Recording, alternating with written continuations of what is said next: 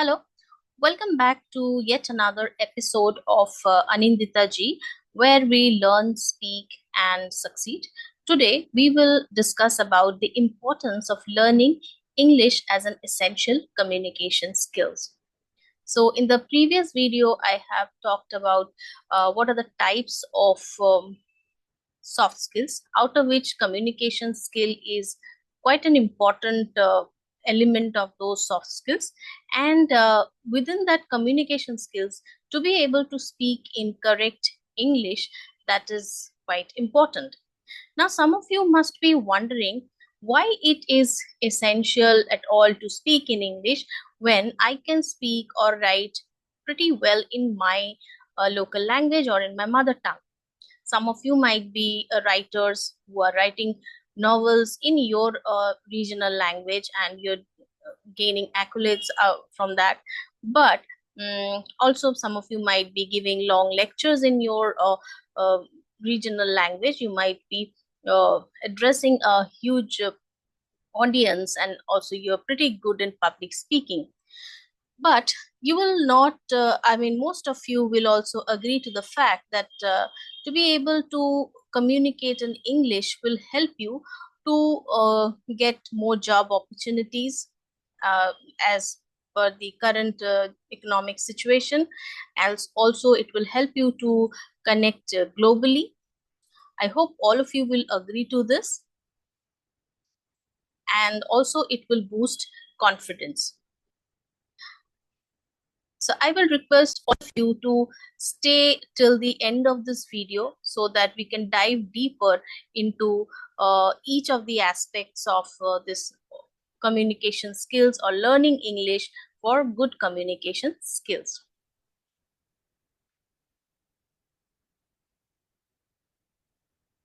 Now, however, does this mean that we are disrespecting our regional language when I am giving too importance to English language? Well, that is not at all the fact. We give due respect to our language, and we want to tell you that there are more than 22 official languages and more than 1000 dialects in India. Now, individually, it is not possible. I mean, practically, it is not possible for anyone to learn all the 22 official languages and then speak to the people of the native people of different states in their native languages. Hindi and English are the two official languages which is more widely spoken across the country. Also, let me tell you, there is no national language as such in India. We have all these official languages.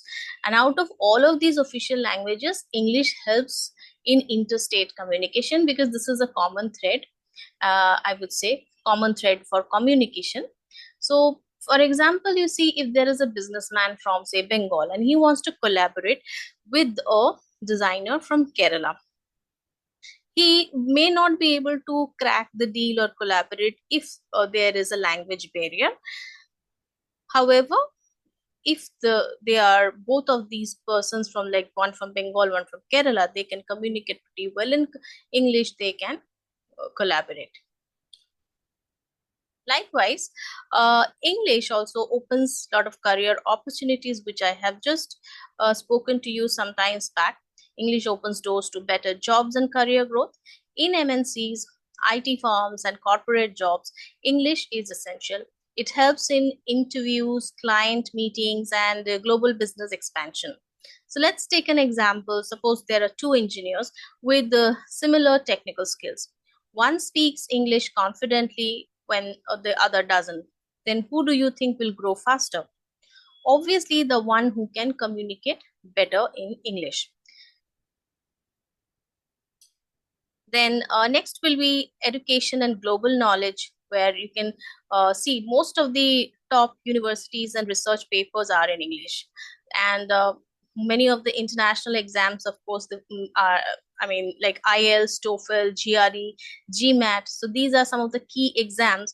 So those of you who are going abroad for studies overseas or working there, so you need to sit for these kind of exams. So if English communication skills are not good, are not in place, then there are chances that one can miss out on the world class education because of these language barriers. Then coming to travel and international communication, English is widely spoken in airports, hotels, restaurants worldwide, and it helps travelers in asking directions, booking hotels, and making friends.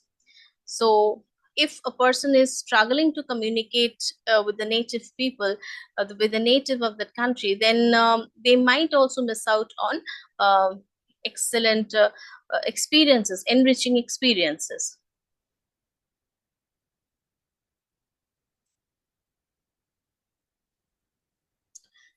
Coming to the digital world and technology, which is the reality of today's world, 60% of internet content is in English. Most top YouTuber tutorials, blogs, and courses are given in English. So, English helps in coding, AI, digital marketing, and freelancing. And of course, confidence. It helps in public speaking. A person at a global business event, you can see how one, if is struggling, how this person will be taken, and one person who can speak confidently and do networking and get most of the business in the global event. So you can understand what is the difference. So let us understand that English is a tool.